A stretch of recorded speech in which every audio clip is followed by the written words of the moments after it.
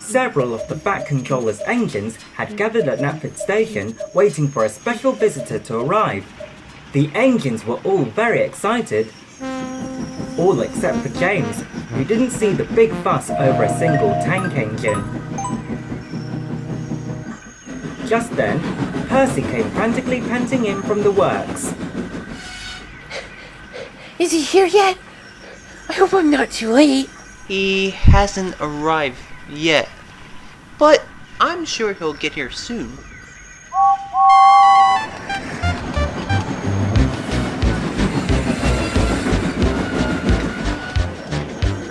Talk about unreliable. I don't see the big fuss over a single tank engine. It's not too often that he can get over here from the mainland. So, to some of us, it's a special occasion.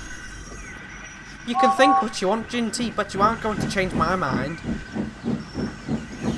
He's just jealous that he doesn't have swarms of people coming to see him. The engines waited and waited, but the engine was still a no-show. Do you think he's still on his way, Ginty? I would think so, unless he's been delayed. Hours passed by, but the special was still nowhere in sight. Come on, Percy. It's time for your mail run. But what if he arrives while we're gone? Don't worry. We'll more than likely see him tomorrow. Far away from Knapford, at Kelsthorpe, the special wasn't on its way. Rather, a cold and tired Stepney idled on a siding, waiting for a relief engine. Finally, Jeff arrived. Oh dear, Stepney. How long have you been out here? Oh, too long. I've got a burst safety valve and cracked brake shoes. As long as you can get me to the works, I'll be fine. Jeff was coupled up to Stepney, and the two engines set off into the night.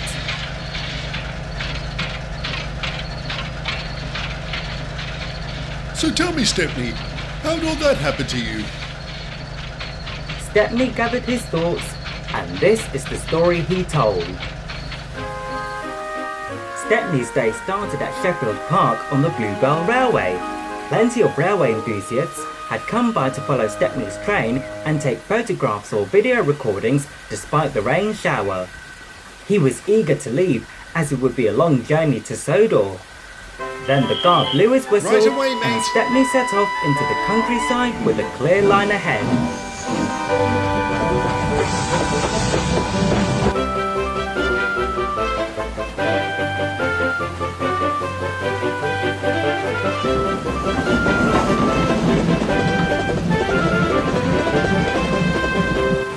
As Stepney continued puffing up the line, he noticed some enthusiasts along the line taking pictures, but they were at a safe distance from the railway line, and he gave them a friendly blast of his whistle.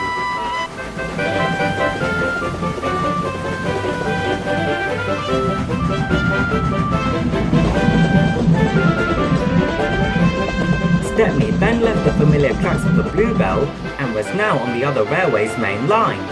He kept a keen lookout along the line for enthusiasts, as they could be anywhere now. Just then, Stepney noticed something close to the line. There was a man taking a video from the ballast. Stepney wheezed some steam at the man to try and get him to move away. The man definitely wasn't pleased about this. This is only the beginning of what's to come, I'd imagine. We'll just have to be extra cautious now.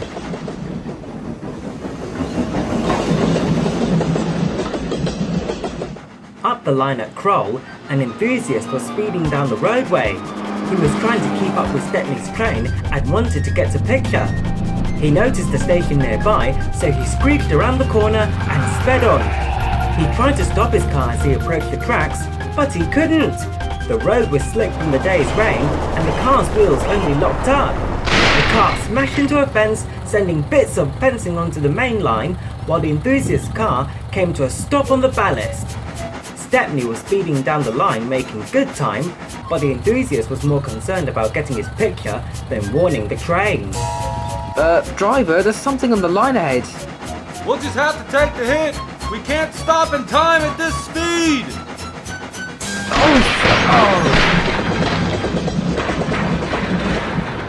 Oh, that enthusiast didn't even bother to warn us about that mess on the tracks. He was too interested in his stupid picture. There's a lot of them like that, unfortunately.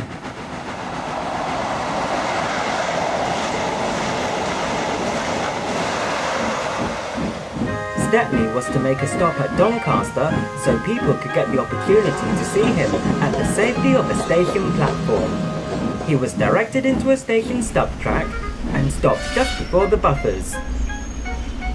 The station was quiet and hardly anyone was around. Stepney's driver checked his watch. 15 minutes early, Stepney. We made good time. I bet you will get to Nafford Station early. Not long after, a diesel pulled into the station on an opposite line. Hello there, you must be Stepney. I heard you're coming down the line today. Why, yes I am. I'm on a special to the island of Sodor. Have you heard of the place? I believe so. It's just outside of Barrow and Furness, isn't it? Yes, it is. Say, what's your name anyway? They call me Lincoln. A Class 56 diesel. Oh, nice to meet you, hi there. Wait, what are you A group of rail enthusiasts had arrived and they began climbing all over Stepney to take photos. They then began to argue about being in the way of each other's photos. Some of them began pushing and shoving each other for the best shots and out of anger. The station platform was a chaotic mess. Stepney felt some enthusiasts being shoved against his side tanks. Oh, that's enough. I've had it with these enthusiasts.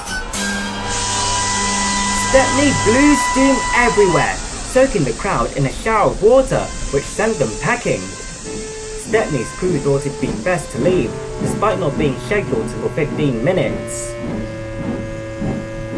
Stepney backed onto the main line and started out of the station quickly. What he didn't know was there was another steam excursion leaving the station in the same direction. There were enthusiasts lined up close to the tracks, focusing their cameras on the other special train. Stepney whistled as loud as he could, hoping they would hear him. The enthusiasts began to move out of way, except a young boy, who was taking pictures intently. The boy was too infatuated with getting a perfect picture to notice.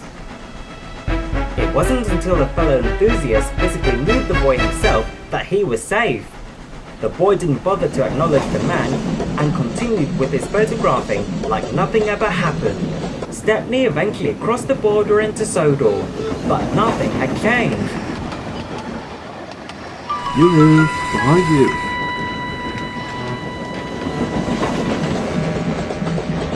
Some boys near the line thought it fun to throw rocks at Stepney as he passed by. The rocks pounded against his side tanks until one rock hit his safety valve. Stepney and his crew looked back to see who had thrown the rocks and didn't notice the red signal outside Kelsthorpe. Oh my goodness, driver, stop! Stepney's driver slammed on the brakes and his wheels squeaked loudly as they skidded along the track. Phew! Stepney? Why did you come so fast and on the same line as me? Missed the red signal, I suppose.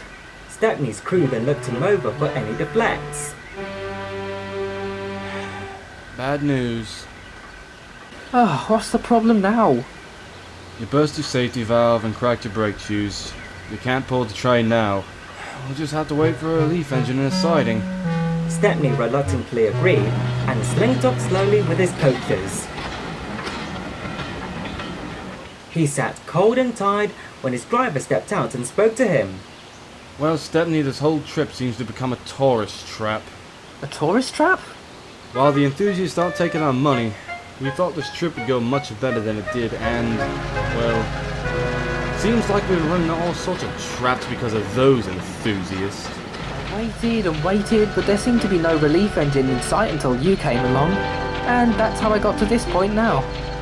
Wow, that's quite an adventure you had there, Stepney. Well, we're at the works now, so I'll help you into a siding. As Jeff pushed Stepney into the works, he noticed Gordon sitting alone. Oh, hello there, Gordon. Oh, fancy seeing you here. What are you in for? Had an accident with some horrid fish bands. Why are you here anyways? Well, it's a bit of a long story. Go ahead. I won't be going anywhere tonight. So Stepney began to tell Gordon all about his adventure to Sodor into the latest hours of the night.